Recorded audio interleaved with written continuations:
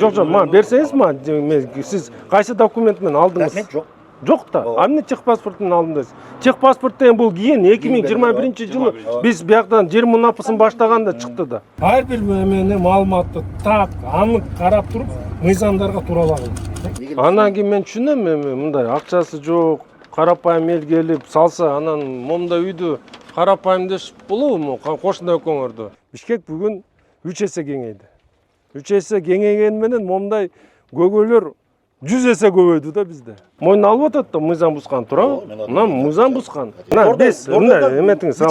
Дордой орто сайды ал биз өзүбүз иретке келтирип атабыз. Макулбу? Биз иретке келтирип атабыз. Мына бүгүн көрүп атасың. Бүгүнкү күндө мына Кудай берген дордой бүт базарлардын тегерек четин баарын иретке келтирип атат. Ал деле иретке келет. Ага да жетет. Бияка биз силер чакырган үчүн келип атабыз. Ошон үчүн мен силерге суроолорду берип атам буякта. Анан кийин биз өткөндө сүйлөшүлгөндө биз могу деген юго-западты 10 метрге чейин кыскаруу боюнча эмне болду ал чечимдер? Ал кыскарууга чечилген жок болчу. Эмнеге биз эмнеге мына азыр силер охранный зона деп атасыңар. Бизде жол кетип атат. Мына бул жол кетип атат, туурабы? Жолдун астындагы курулуш иштер болгон да, жолду салып атканда. Булар эмелери, например, кандай зыяндыгын берет бул үйгө да? Зыяндыгы это уже давно научно доказано болгон үчүн ошондой нормасын коюп койгондо мен аны азыр сизге айта албайм. Это постановление чыккандан кийин лабораторный исследование кылып атты. Акимат 1 жыл лабораторный исследование өткөрдү. Лабораторный исследование эмне деп чыккан? Тала деп чыкты. Биз 1 жылда 3 жыл өткөрдүк. Министрге апарып көргөзсөм, министр айтты. Нормально экен. Комиссияда мүчө болчу. Анан Минздравга биз кат бердик. Мына ушундай чыкты. Дагы бир карап берди. Кайра эле ошол токтом бар, жылдыра албайбыз, болбойт деген ответ берип койду. Ошо менен туруп калдык да. Атак бая сиз башка лабораторный исследование таптыга чыкты. Мейли, жардам да берейин. Жок. Минздрав эмнеге силер каршы болуп атасыңар? Мага айткылачы. Мына бүгүн силерге бир суроо да. Мына силер Минздрав турасыңар. Санэпид өткөндө Ош базарга, башка жерге барганда мен силерге суроо бердим. Эмнеге жаппайсыңар деп. Аякта көрүнүп турат. Мусорканын жанында сода кылып атышат. Кафесине кирсең бир да сан эмеси, норма сакталган эмес. Аганда алып атат десе, биз ага алыбыз жетпейт деп атасың. Биякта биз келгенде эми мына үй турат. Кафеге жооп берип коюңар. Ош базарда. Аяка алыбыз жетпейт деген себеп анткени 4 жылдан бери мораторий болчу, даже 5 жыл. Ковидтен баштап эле быйыл эле ачты мораторийди. Жок, кеп аякта мораторий эмес, мы же охрана здоровья граждан да караш керек да. Аны түшүнүктүү, эми мораторий это субъекты предпринимательства. Ошон үчүн биз менчикке кире албайбыз да, закон боюнча. Анан сиз азыр эме протокольный поручение биякта администрациядан кат түшкөндөн кийин азыр барып туруп чара баарын колдондук. Жооп бердик азыр чүй 5 ноябрдан баштап барчака баарын жаптык. Демек иш жүргүзсө болот экен да, туура? Мына иш жүргүзсө болот экен. Бүгүн биз мындай да, мен бияка келип, мен азыр үйдү биринчи мисал келтиргеним. Мен могу спекуляцияны токтотуш керек деп атам да. Карапайым эле угуп көрсө баары эле карапайым. Биз келип эле элдин баарын кубалап ушу тоонун түбүнө тиги менен күмбөздөрдүн арасына жашаттырып койгондо болот. Андай эмес да. Бүгүн өздөрү чечим кабыл алып, өздөрү жашашкан. Мен акырында бир эле суроо берип атам да. Булар жашап канча болду сиздин жашаганыңызга? 14 жылдан бери. 14 жылдан бери. Бүгүнкү күндө мына ден соолугуна макул бияктан зыяндык келип таасир берсе, кимге күн жооптуу болот ошого? Мамлекет жооптуу болот. Оору чыкса, мамлекет жооптуу болот. Биринчиден биз жооптуу болобуз. Анан силер жооптуу. Заключение чыккан. Биринчиден Союздун тарыхындачы, урматтуулар, Союздун биз историяны карап чыктык атайын сотко барыш үчүн. Союздун тарыхында мүрүзөдөн оору жукту деген болбоптур. Союздун тарыхында. Аны вообще тарыхта бара мал көмүлгөн жерден болуптур. Мен Казакстанда 3 жерде болгом. Бир расим адам мүрүзөдөн оору жайнап, адам оору деген тарыхта изичеде чыкканбыз жок. Бир тарыхта жок. Бул Мира бүчөтө бүгүн тарайын деп булардын өзүнчө. Мен Мираны Моногеташка өзүм машина салып бардым. Ушул Моногеташка кана ответ? Моногеташка боюнча мен 1 жылдан бери кайлап атам. Кана ответ? Орто сайтынын жанагы Эмнеси? Иманалиева деген көчөсүндө тоонун эмесинде 29 метрге көп кабаттуу үй салыптыр. Действующий кладбище мыйзам боюнча 500 метр. Жок, мыйзам боюнча 500 метр. Ошол жер оказывается Аламединский район болгон экен. АТР боюнча Бул деле Аламедин болгонда. АТР болгончо уруксаттын баары Аламединский райондон алыптыр. Бизден эчтеке албаптыр. Минздрав комиссиядан да бул маселени көтөргөнбүз. Айдан көтөргөндө тапшырма берилген. Жок, мыйзамды көрсөткөндө биз ошондо бизди мыйзамсыз чечим кабыл алды дагы мына мэр, министр түшүнбөй ушундай чечим кабыл алды, бизди четке кагып атасыңар же кандай кылып атасыңар? Ооба. Мен комиссия бар, комиссия өтүп кайрайбыз. Иә. Мыйзамдуу жагын. Мыйзамдуу жагы мынакей жер мунапыс, биз айтып атабыз. Мына мен бүгүн бул жерге келгеним. Мына бул ушу үйдүн ээси мыйзамды бузуп, болгон мыйзамдарды бузуп, бул үйдү салган. Туурабы? Жер мунапысын айтып атабыз. Убагында салынып калган үйлөр бизда түшүндүк. Мына өзү кабыл мойнуна алып атат да мыйзам бузган, туурабы? Мына мыйзам бузган. Мыйзам бузган. Эч кандай карапайым эл эмес. Мыйзамды бузуп үй салган. Сен эмнеге биздин чечимибизди жокко чыгарып салган? Айжанышбек, бул бизге комиссияга жеткирбей булар токтотуп атат да. Болбойт, мыйзамсыз булар токтотуп атат. Бирок биздики өткөн комиссия. Чындыгында жана протокол келген, мен жаңы кызматка келгенде, булар чиймеден чийип берип келгенде, жана 3-чү пунктка келип такалып калып атасыздар. Андан тышкары мен чыгып туруп укук коргоо органдар менен кеңеш алдым да. Мына биздин жетекчилик. Жок, биздин үстүбүздөн арыз жазбайсыңарбы анда? Мына ушулар.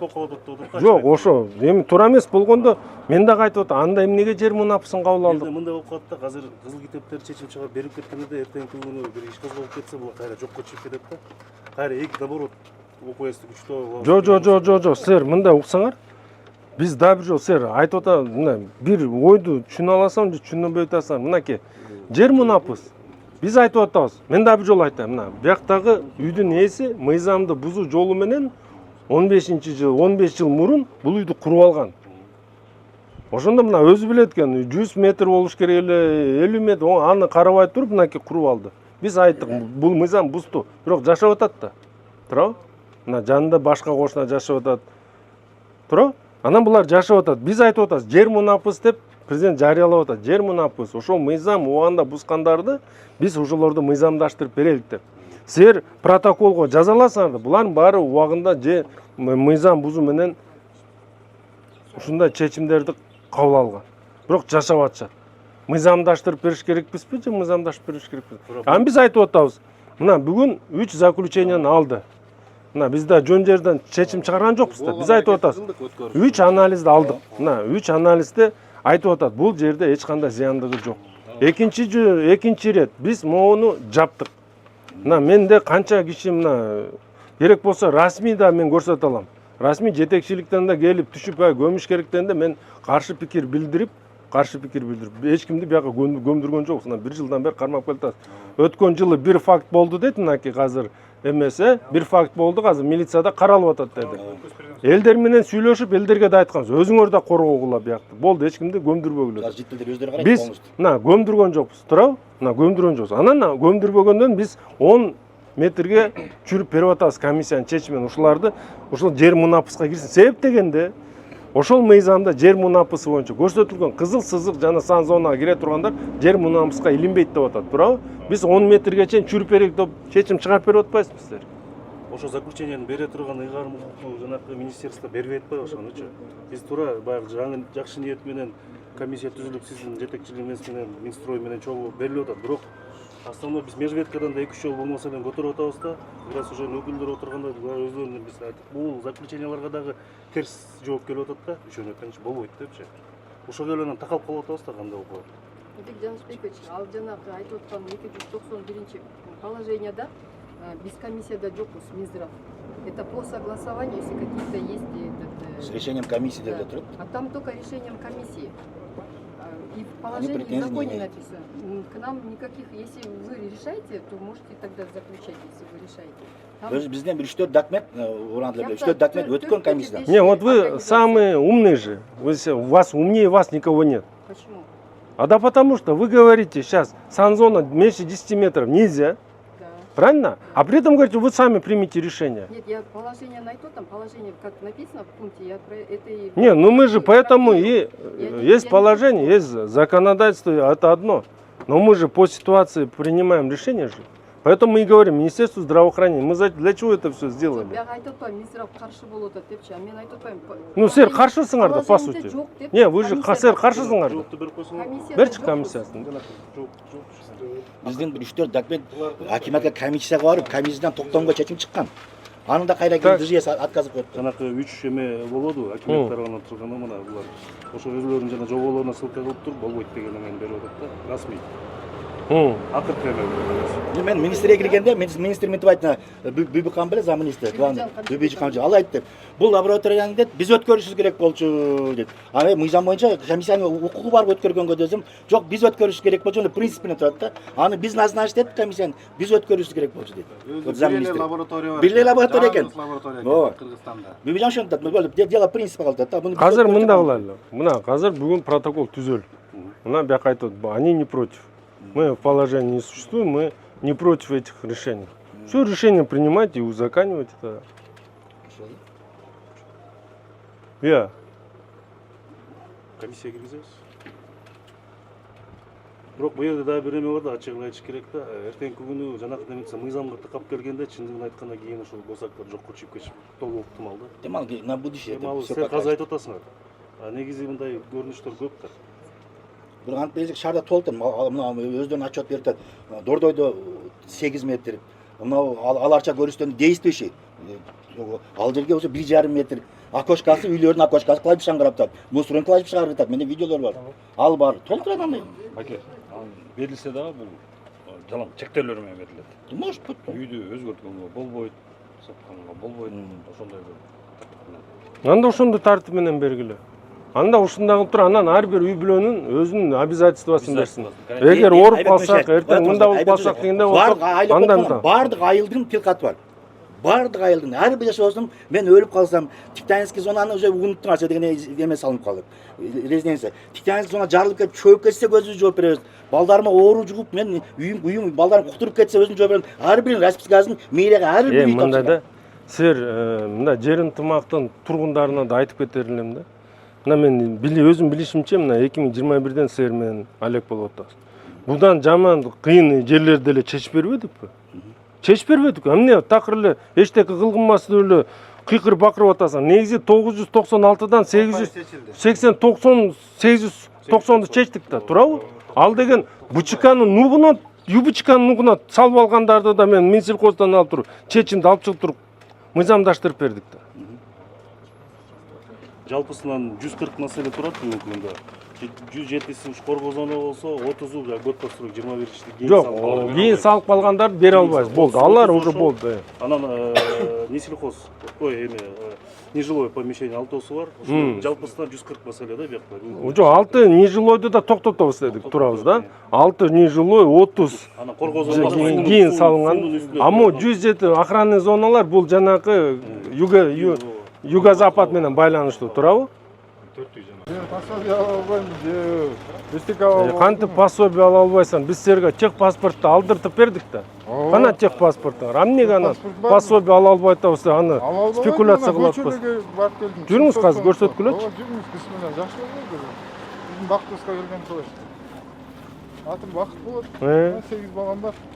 Эң кичүүсү мына жакында эле төлөдүк, 1 ай болду. 35 күн, 40 күн болду.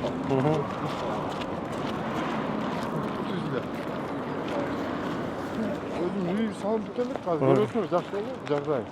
Жилищный материальный условия жардам берсе деле өзүм жалгыз иштейм атат. Мындай шабашный иштейм да, постоянно эмес. Көчө ошо бирок аялымды, келинчегимди, лялямды салып баргам соцфондко. Жок, эме январда келгиле, уже бул жылга эме закрепленный дейт да эме уже программасычы. 2 жылдын декабрында же январында келгиле. Программа менен кайра. А бул кантип биякты эме жерди алып калдыңар эле убагында? Жерди сатып алгам, сөзүн ачыгы. Канчага сатып алдыңар эле? $4,500 сатып алгам, сөзүн ачыгы. Жерде үлүштөр бар эмес беле, ошолор. Зеленый книгалары ошолордон алдым. Ама эмечи мен бир түшүнбөй атам да. Чоңарыктан алдым. Мо биз токтоттук дейсиз, эмнеге могулар эстеликтер сатылып атат я? Эмелер берилген, удумнелер. Таштөө айлыкка толтурган алам алып, эме азыр бул менен заключение чыгарып, булардын договорунда дейишет. Биз азыр эмеден баштадык, Семетейден. Азамат Кадырович өзү тапшырма берген. Семетейдеги баягы эмелерди буздук уже. Беригибизди ушундай келебиз да. Жолдун жеринде үйүм бар, жакшы сүйүктүү. Жана газдын эмесине санэкчиянсыз инспекцияда бул эле. Полуш керек экен деп койдум да, жүргөн айланат. Болбойт мындан ары өтпөйт. Үй салбагыла депчи. Мына буй байка. Анан бир şey.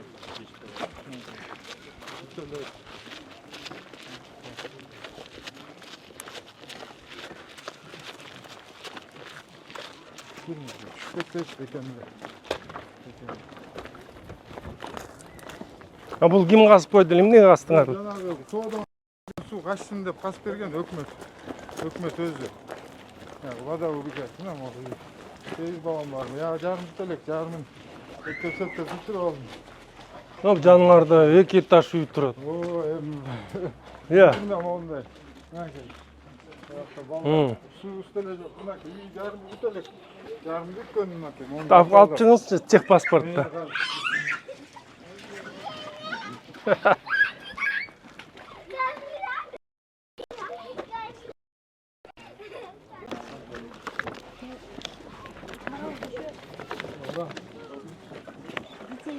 Так.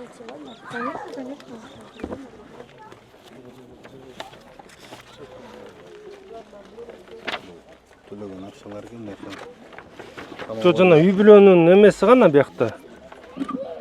Тизмеси техпаспортто. Ол эмеде домовая книгада жазылат болчу. Канаке домовой книга. Книга жок да. Эмнеге ала элексиң? Жилой дом дейт мынаке. Түндүктө тура айтат. 14-жылы экен да. 14 жылкы техпаспортты 14 жылга алдыңарбы сиз? Год постройки 14 Год постройки 14. жылы 21 жылы. Жок, ана кишинин саны. Мен негизи мындай да. Жырал Турманович. Бул убагында биз техпаспортты берген себебибиз ошол эң биринчиден ушундай көйгөй болуп чыккан да. Эгер мектепке балдарын бала бакчага жанакы пособие ала албай турган болсо, Бишкек шаарынын тургуну катары эсептелбесе, биз ошол техпаспорт менен техпаспортты берип ушул маселесин чечебиз деп. Негизи техпаспортто мынакей собственникти жазылыш керек да. Ана эмне пользователь деп жазылат. Керимкула Бакыт силерсиңерби? Мен бак. Мынакей Керимкула Бакыт акана үй бүлөнүн эмеси составы. Ал түндүктө турат? Бул недвижимое имуществого болгон Объекти эле. келет да. Жок, мынакей бул азыр эмеге каттоодон өттү да уже Керимкула Бакыт ушакта жашайт да, пользователь. Агана үй бүлөнүн эмеси. Түндүктөн чыгарылачы өзүңөр кандай? Алдыңар беле эмесин? Оригиналга. Иә. Эмени сурайын дедим эле, сизде азыр могу пособияны качан токтоттуп атат? Ким токтотту силерге? Ноябрда токтоткон. Ноябрь 2024-пү? Ким токтотту сизге? Эмеден эле чалып айтышты, токтоту. Кимден? Жана бала. Кайсы райондун? Ленинскийденби? А эмне себептен? Бияқта эме жана справка эмнеле жана безработный деген алып келбегендиги үчүн. А эмнеге сиз берген жоксуз? Анда сизден кеткен турбайбы? Мен ошондо иштеп аткам, чынын айтсам, аларга деле айткам, мен иштесе алган болбойбу. Фамилия атыңыз ким? Керим, Шергазиев. Сизге оформлено Шергазиев атыңыз ким? Назир. Назир, Мынакей, мына көрдүңөрбү? Сиз өзүңүз ар дайым мындай маалыматты так бербейсиңер да. Өзүңөргө окшоштуруп эле, бурмалап эле бизге маалымат, биз, например, жооптубуз. Мен мамлекеттик кызматкер катары, муниципалдык кызмат. Мен азыр калып айтсам, мен эртең алдыңарда жооп берем да, мыйзам алканда. Силер болсо бурмалап ар бир маалыматты ушинтип эле жартылап эле берип атпайсыңарбы?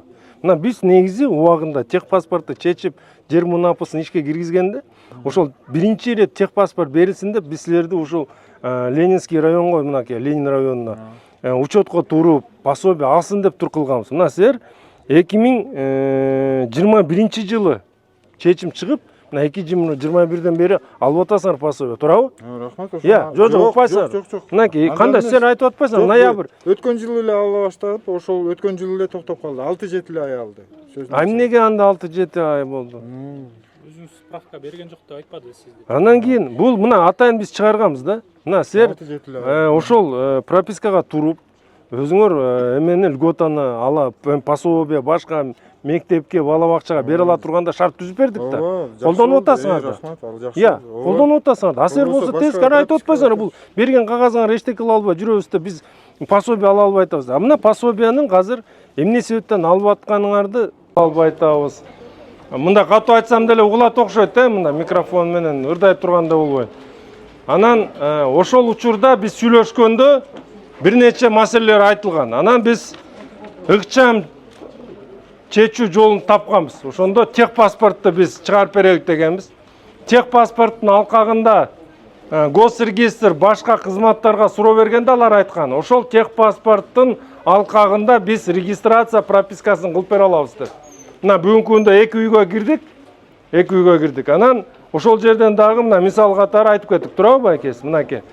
Азыркы учурда пособие алганга мүмкүнчүлүк алды. Балдар мектепке берип атат. Пропискага турду техпаспорттун алкагында. Бирок эми адамдын жашоо турмушу ал менен токтобойт. Анан баштады араңарда үйүмдү сатыш керек, үйүмдү минчиш керек, кызыл китеп керек мага деп.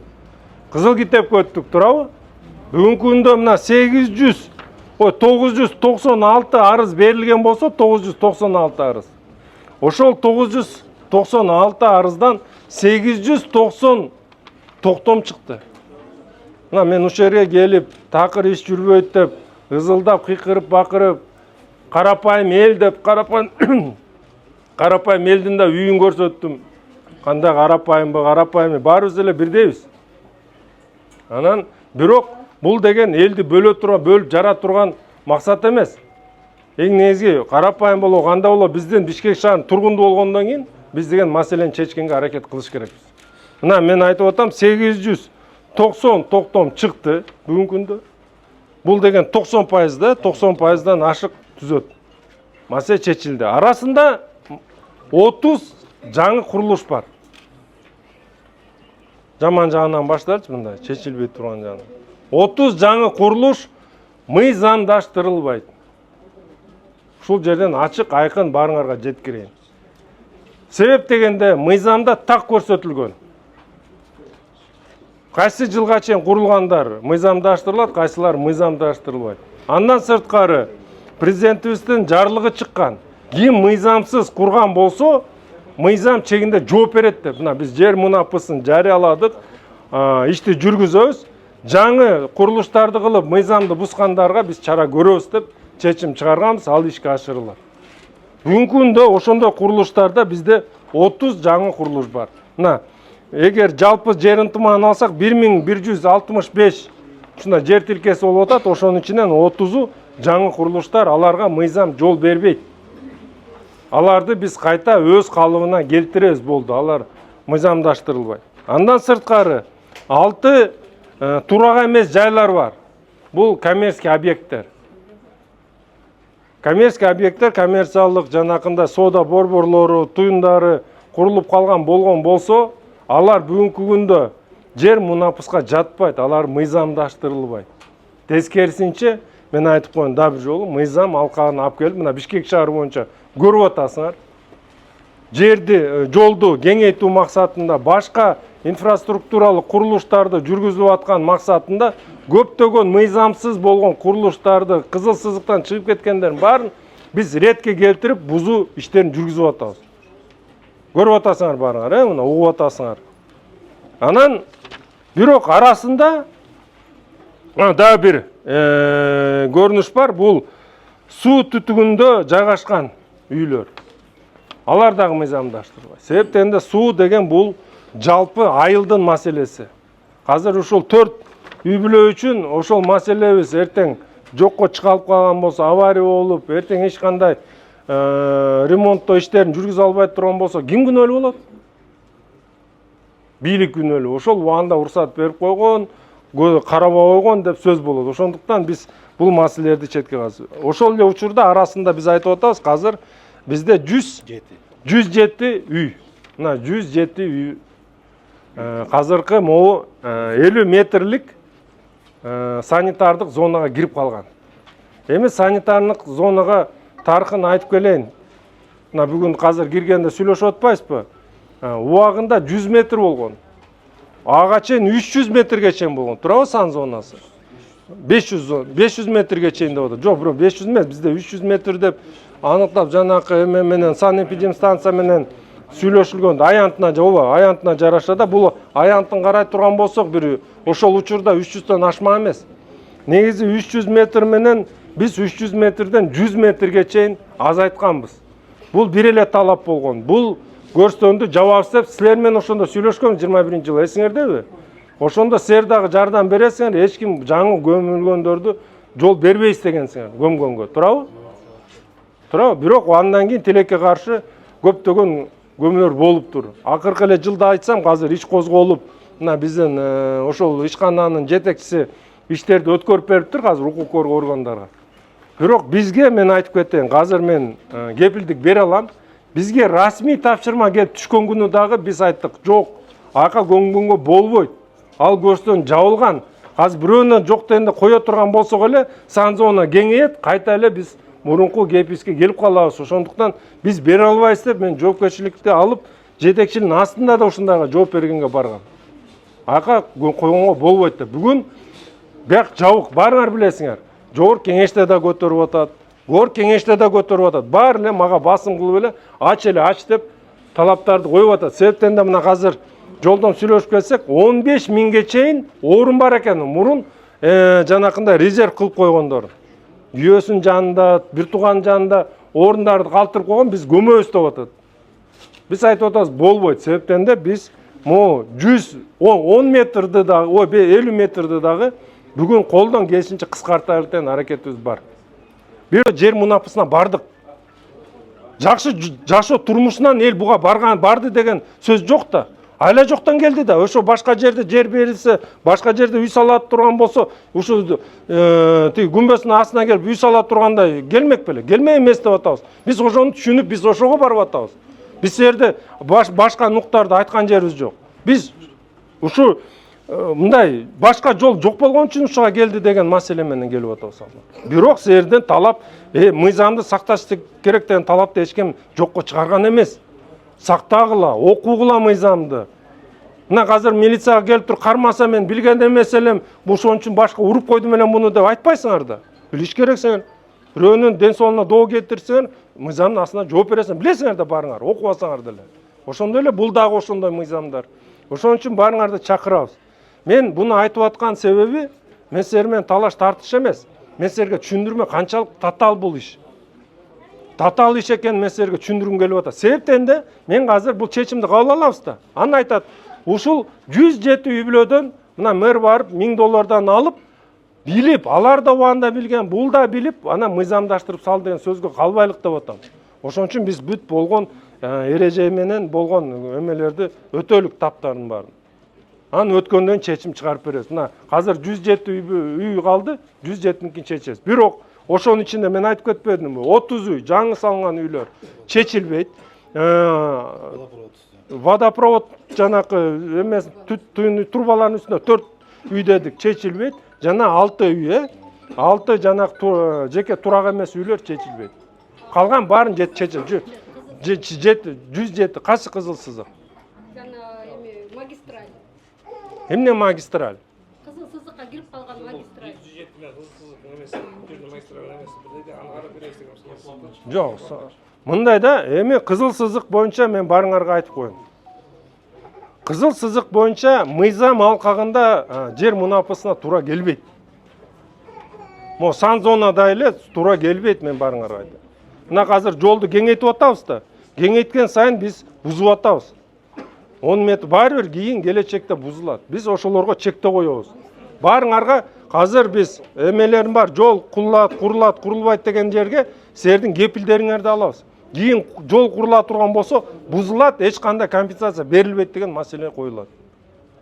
Айтып кетсеңиз, мына Абдрахманова көчөсү Чортековадан баштап, Чортековадан Шералиева. Ошол боюнча бир айтып койсоңуз жакшы. Эмнени айтып коеюн? ЮБЧК салынат деп бизге кызыл китеп бербей атат да.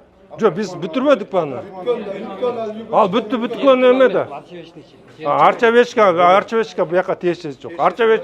Арчевечка мыйзамсыз алып бар аракеттер бар. Тилек демексиңер, дейсиңер. Туурабы? Салып атканда уруксат бербеш керек болчу. Эми салып атканда боюнча салып аткан учурда мен салып аткан учуруңузду сизге да айтып коеюн.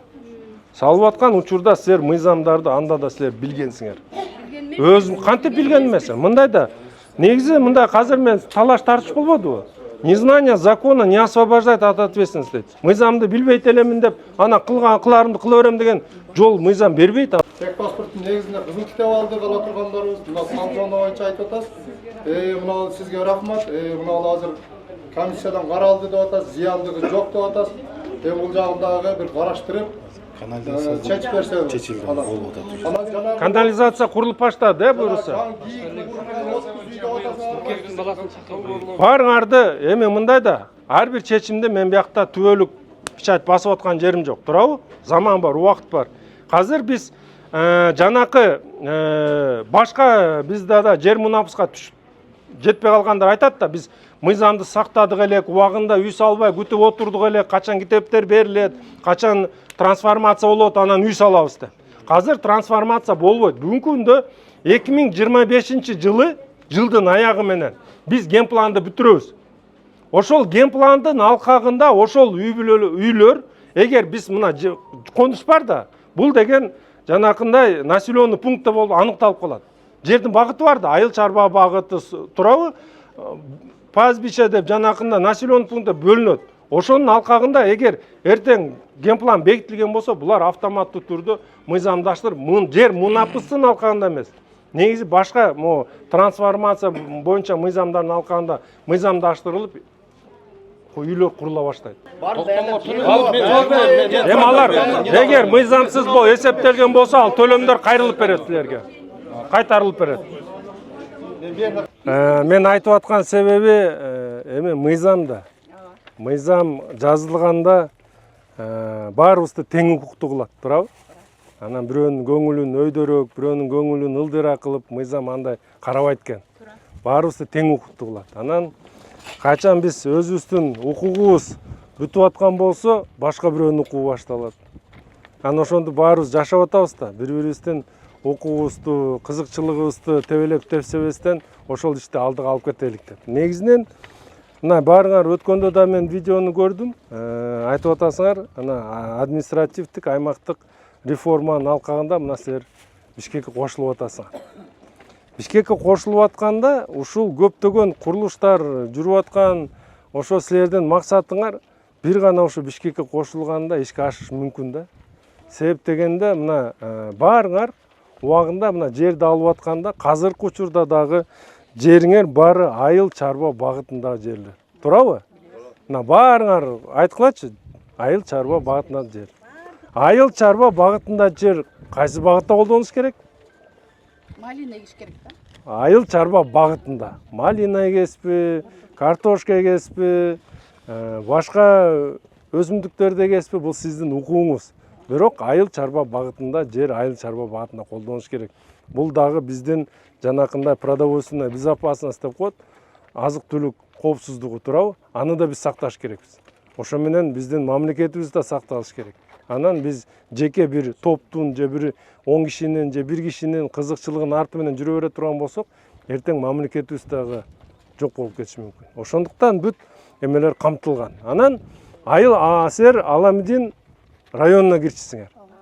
Акыркы административдик аймактык реформанын алкагында Бишкекке кошулдуңар. Бишкек бүгүн 3 эсе кеңейди. 3 эсе кеңейгени менен момундай көйгөйлөр 100 эсе көбөйдү да бизде. Негизи 2 жол бар да, мыйзамдаштыруу жолу. Биринчиси бул трансформация. Силер Аламидин районунда турганда көптөгөнүңөр арыздарды даярдап 1479 жер тилкесине арыздарыңарды берип, трансформациядан өтөбүз деп аракеттериңерди көргөнсүңөр, туурабы Аламидин районунда. Ушу Аламидин районунда болгондо кайсы жылдан баштап баштадыңар ошол ишиңерди? 22. Жок, 22 эмес. Чынын айткыла, калп айтпагыла. 3 жыл болду го дейби? 3 жылдан да ашты. 21-чи ошо калп айтпан 20-21 жылдары баштадыңар да. Ошо туура, мына туура айтып атат. 20-чы жылы силер баштадыңар. Себеп дегенде ал ишке эмне кирчи? Албетте азыр расмий силердин кагазыңарды көтөрсөк, бул мындай 2021-22 болуп калышы мүмкүн, бирок көрүлүп баштаган аракетиңерди көтөрсөк, мына кагаздарды алып, айыл өкмөткө барып, айыл кеңешке кирип, аларды чечимдерди чыгарып баштаганыңар, ошондо биз 19-20 жылдары башталган. Бул иш аракеттер. Туурабы? Мына мен туура эле айтып атам да, Анан 20 жыл баштадыңар. Мына 20, 21, 22, 23, 24-тө силер Бишкекке өтүп атасыңар. 4 жыл бою силер трансформация деп жүрдүңөр. Чечилген жок, туурабы? Сөзүн ачык, чечилген жок да. Айрымдарыңар мыйзамды сыйлап, урматтап, бүгүнкү күнгө чейин жериңерди сактап келатасыңар. Айрымдары болсо мыйзамды бузуп, мен мыйзам бузуу деген биздин президентибиз урматтуу Садыр Нуркожоев жер мунапысы мыйзамын кабыл алып атканда, ал биринчи ирет ошол мындай айласыздан ушу курулуп калган үйлөрдө жашап калган жарандарыбызды мыйзамдаштырып берейин деди. Бирок ошол учурда биз айтып атабыз. Биз мыйзамды бусканын аныктап, тактап жана мойнубузга алып атабыз депчи, алар бускан мыйзамды. Бирок эми башка бара турган жери болбостон, айласы кеткенден барып туруп ошол жерге талаага үй куруп жашап аткандан биз мыйзамдаштырып берейик дедик. Бирок жер мунапысы кайсы жылга чейин иштейт? Декабрь 21-ге чейин, туура? Баарыңар билесиңер. Себептен де декабрь 21-inde президенттин жарлыгы кабыл алынган, ал жерде ким мыйзамсыз жерлерди ээлеп алып, өз билимдик менен үй сала турган болсо, мыйзам чегинде жооп берет дедик, туурабы? Декабрдын 21-не чейин. Ошон үчүн биз декабрдын 21-не чейин курулуп, жашап калган биздин айрым жарандарга жер мунапысы алкагында мыйзамдаштырып беребиз. Ал үйдүн саны 137 түзөт. 137ге биз мыйзамдаштырып беребиз. Анан кийинки кадам. Декабрдын 2023-жылдан 21-жылдан кийинки салынган үйлөр мыйзамсыз болуп эсептелет. Мыйзамсыз. Ана бүгүнкү күнгө чейин фундамент, жанакындай дубалдарын көтөрүп алган көрүнүштөр болгон болсо, акимият ыкчам чараларды көрүп, аларды бузуп атат. Бирок, эми бул да адам да. Эми бир үйдү бар бузуп салыш оңой деп ойлойт, баары эле биз бузуп атсак, бир ошодон рахат алып, же болбосо бунун зарплатасына акча кошулуп атса да эмне? Биз өзүбүздүн кызматыбызды кылып атабыз. Биз мыйзамга алып келип атабыз. Андан эч ким рахат алган жок. Тескерисинче, ошол жерден канча деген каргыш тугабыз. Канча деген каргыш. Бул адамга ушунча каргышты бир угуш деле бул оңойго келбейт. Ошо менен бир жумалап оруп, анан кийин араң чыгышат жумушка. Анан ошого карабастан айрым үйлөр калып калган. Мен эмнеге алып келдим?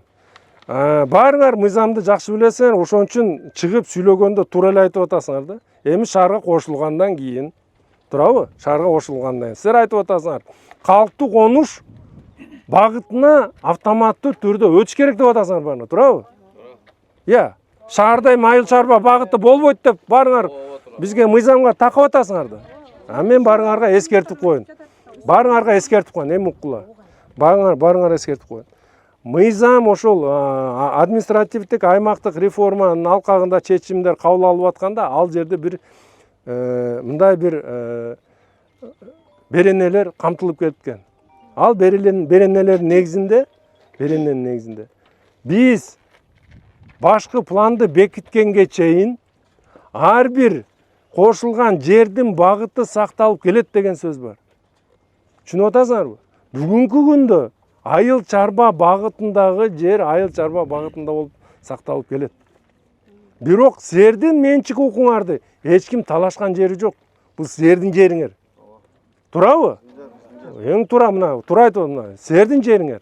Бул силердин жанакы китепчелерде жана башка документтерин алган сатып алдыңарбы, үлүш катары өтүп бердиби силерге, кандай болбосун бул силердин жериңер. Бирок ошол жерди мен бүгүн чакырып кетет элем, өзүнүн багытына жараша иштетип тургула. Мына биз азыр ыкчам түрдө иштер жүргүзүп атабыз. 25-жылдын аягы менен башкы планды ишке ашырабыз деп. Бекитебиз депчи. Бекитилгенден кийин мен бир нече жолу силер менен жолуккам. Топ болуп да келип аттыңар, мындай да сүйлөшүп аттым, бириндеп келип аттыңар, жолугуп баарыңарга түшүндүргөн. Эми бүгүн астыңарга келип аттым. Мына баарыңар турасыңар дейм. Эртеңде бирок ас айтат. Мэр келбейт, көргөндө эмеспиз депчи. Андайлар да болот. Бирок мен алдыңарга келдим. Анан айтып атканым ошол. Биз ошол ген план бекитилгенге чейин мен силерге баарыңарга айтып атам, күтүп тургула. Анан биз эми шап эле барып буза турганда азыр оюз жок. Бирок азыр жанакында фундамент бизди укпай этпей эле азыр өзүнүн иш аракетин көрө турган болсо, аларга мындай уксаңар, бага бөгөт коебуз. Ага биз чараларды шаар көрөбүз. Бирок айрымдар туруп калгандар аяка жашаганга азыр болбойт, биз мүмкүнчүлүк бербейбиз. Бирок эми анда мөөнөтү бар да, биз мөөнөтүн көрөлүк. Себеп дегенде ген план менен эртең бекитилгенден кийин балким ал жер ошондой эле үй салына турган жер болуп калса, анан кечөөнү бузуп алып, эми бүгүн сала берсеңер болот деген бул убалда, туурабы? Биз да кайта айта албайбыз да антип. Ошондуктан биз ал жерлерди карайлы. Бирок арасында мындай көрүнүштөр болушу мүмкүн. Генплан алкагында мына биз өткөндө бул жерге бир хос субъект, эсиңиздеби, маяка келип, сем заводту бирдемкесин коюп баштаган. Мен келип, асфальт мен келип токтотком, алдырттым. Болбойт ал деген, кандай бул койгонуңар деп, ал жерде менчигиңер болобу, эмне болобу? Ал генплан боюнча бизде жанакы Акунбаев узарып келатат да, баарыбызга жол керек, туурабы? Ал жол келатат. Мына бир гана силерге эмес. Ошондо да айтты, ой, ушуга ал жетип, сопсон жетип эле токтотуп койдук. Жолдун нугун бошоттук. Ошо, жолдун нугун бошоттук, туурабы? Азыр ошол жолдун нугу менен кете турган жолдор, силер дагы эртең жашай турганга шарттар керек да, жолдор керек, бала бакча керек, мектеп керек, соода туюндары керек, башка көрүнүштөр бар болгондо ошо генпланда аныкталгандан кийин анан куруп баштайсың. Ошон үчүн мен айтып атам, бүгүнкү күндө казыр биз ар бир аракетибизди, кадамыбызды ушуга карата ишибизди жүргүзөлүк. Еще? Остальные, у кого еще микрофон? Еще? Эптеп септеп жашап атабыз, эптеп келип куруп атабыз дегендер силер болсоңор анда Кыргызстан өнүгүп атыптыр да жакшы эле. Эл иштеп атат. Эл иштеп атат да. Так, эмне көмөңүз бар? Эмне маселе коюп? Санитарный зона баягы эле. Эмне элди көтөрүп атасыңар? Силер санитарный зона каяктасыз? Жок, көчүп. Өчүрүп коюп. Жок, büyüsүп. Эми аны жашырып жапканда эмне мен тарта берсин калашынча. Санитарный зона 50 метрге чейин түшүрдүк да. Канча метр бияктан аралыгы? 43 метр. 43 метр. Так. Биз бул жакта 43 метр болсо эми мына 7-3 метрди заборун алып койсо болот да. Бияк жашоо жок да земде. Жок, мыйзам боюнча үйгө ажылык дамып турат. Үйгө чейин 43 метр. 43 метр. Это забордон бул ишин бизде иштейт. Айбек Анышбек, жалпы жер ынтымагында 1165 жер тилкеси бар да. Bunun üstünden biz 996 arızı kabul alganбыз, 890'ını çeştik, 89%. Anan 107 ушул 50 метр. Макул, мейли, буга чейин жетет. Менде суроо бияка эми айла жоктон келип салып алып жашап атабыз деп атасыңар да. Захват кылып, мыйзамды бузуп. Захват эмес, сатып алганбыз. Картасы менен келип жатышкан. Даже бизде карталар. Жок, ошондо деле белгилүү болчу да, бул эми санитарный зона, бияк эми кладбище болуп турса. Анан кийин мен түшүнөм, эми мындай акчасы жок, карапайым эл келип салса, анан момундай үйдү карапайым дешип болобу, кошуна экөөңөрдү? Мындай өзү иштеп салып атабыз дейбиз. Эми макул, иштемесен акчаңарды санаган жерим жок. Бир гана мен ушу салардын астында ушундай акча каражатка эми башкача чечим чыгарсаңар болбойт беле өзүңөргө. Эми мынаке, мына кандай мыйзамды билгенде, силерге мыйзамды ким түшүндүрүш керек? Санитарный зона экенин биз мындай түшүнүк болгондо биз артка саламакпыз, артта жерибиз бар. Токтогула. А ким силерге түшүндүрүш керек? Эме бар эмеспи? Незнание закона не освобождает от ответственности. Туура да? А силер билгенсиңер, охранный зона азыр 50 метрге бул биз түшүрдүк. А негизи кладбищеден охранный зона канча? 100 метрди. Жок, мындай 300 метр. Азыр, юго-запад канча болуш керек? 500 метр болуш керек. 500 метр. Мына билет турбайсызбы? Эми айтып берем. Мыйзам боюнча 500 метр болуш керек. Булар сиздердин тиешесиңер жөн эле кийин 2016-жыл бул 50 метрге кыскартылган. Бул 2016-жыл. Жок, 16-жыл мен сизде көрдүм. 16-жылы мен ал семени көтөрүп 50 метрге кыскартылган. Андай болгон эмес. Жок, мындай мыйзам боюнча 500 метр. Көтөрүлөчү мага чечимдерди. 23 март. Көтөр чечимдерди. 16-жыл. Ана чечим көрсөткүлөчү кайсы 16-жыл. Бул действующий кладбище, действующий кладбище 500 метр. Мынаки азыр мына адис туксан. 20-жылы токтом чыккан, закрыть кладбище деп туруп, жабылгандан кийин 50 метрге чейин кыскарат деп. Жок, түшүнүп атам, аны рейс адаштырат. Мыйзам боюнча действующий, мен айтайынчы, мен бул мыйзам боюнча действующий кладбище 500 метр, мыйзам боюнча. Закрытый кладбище 50 метр. Мыйзам боюнча бул 2016-жылкы мыйзам боюнча. А сиз билген эмесмин деп атпайсыз мыйзамдарды? Биз аны кийин чыккандан кийин көрүп атат. Жок, буга чейин 100 метр экенин билгенсиз да. Билген эмеспиз, кийин касмыс эткенден кийин биз изучать этип чыгып атабыз. Кандайча изучать этип? Азыр эми кладбищенин астына үй салып атасыңар, ушундай үйдү, ушунча акча каражат жумшап атасыңар, анан ушундай караганга жетишкен жоксуңарбы? Билген жоксуңарбы? Жок, билген жок. Аганда, бул тем более бул дагы эмне китеп менен алдыңар? Көрсө болобу? Техпаспорт. Жок, техпаспорт кийин чыкты да, каяктан? Сиз кайсы китеп менен алдыңыз бул жерди? Ошо жер үлүшүнүн ээлери саткан. Жок, мага берсеңиз, сиз кайсы документ менен алдыңыз? Документ жок. Жок да. Эмне чек паспортун алдыңыз? Чек паспорт деген бул кийин 2021-жылы биз бияктан жер мунапысын баштаганда чыкты да. Ага чейин силерде эч кандай документ жок. Ошондо мен суроо берип атам да сизге. Сиз кантип алдыңыз бул жерди? Мына силер азыр арыз доомат коет. Мен айтып кетейин. Бүгүнкү күндө 996 турабы? 996 арыз бизге кайрылды. Жер мунапыс боюнча 890го чечим чыгарып биз бердик. Болгон мына шартынан бүт барына байланыштуу бердик. Эми кызыл сызыкка, эми силер охранный зонага кирип атсаңар, биз эмне кылыш керекпиз? Айтсаңыз, санитарный зонага. Эми ал сиздин чечимиңиз. Биз мынтип чечип берди дебейбиз. Как хотите так решить. Анан бизге мынтип атасыңар да, мына азыр мен бияка атайын келгеним, бүт жака элге чыкканда эле мына карапайым эл эптеп септеп салган эми мен дагы бир жолу айтайын, могу карапайым элдин үйүнө окшойбу? Ала жоктон келип, бияка бир комната үй салып алып жашап атсаңар, мен кичине элдин астына да айтып чыгат элем. Кой. Азыр мына бизде жолдон карап ушулай 137 үйгө, 137 үйгө жер мунапыстын алкагында бүт аныкталып, комиссиянын чечимине тез арада чыгарылды бүтүргүлө. Ал бул 18-де эч кандай тиешеси жок. Булардын жер мунапысы менен биздин каралган жана эрежелерди туура өткөн эмелер болгон болсо, карап аныктап чечимди чыгарып бергиле болду. Бүтүргүлө болду. 137-ни мен айтып атам. Дагы бир жолу. Бирок өзүңөр уктуңар. Ошон үчүн ар бир эмени маалыматты так, анык карап туруп, мыйзамдарга тууралagын. Биз деген 137-ни башка жерлерге байлап, буларды биз бүгүнкү күндө созуп жибербеш керекпиз.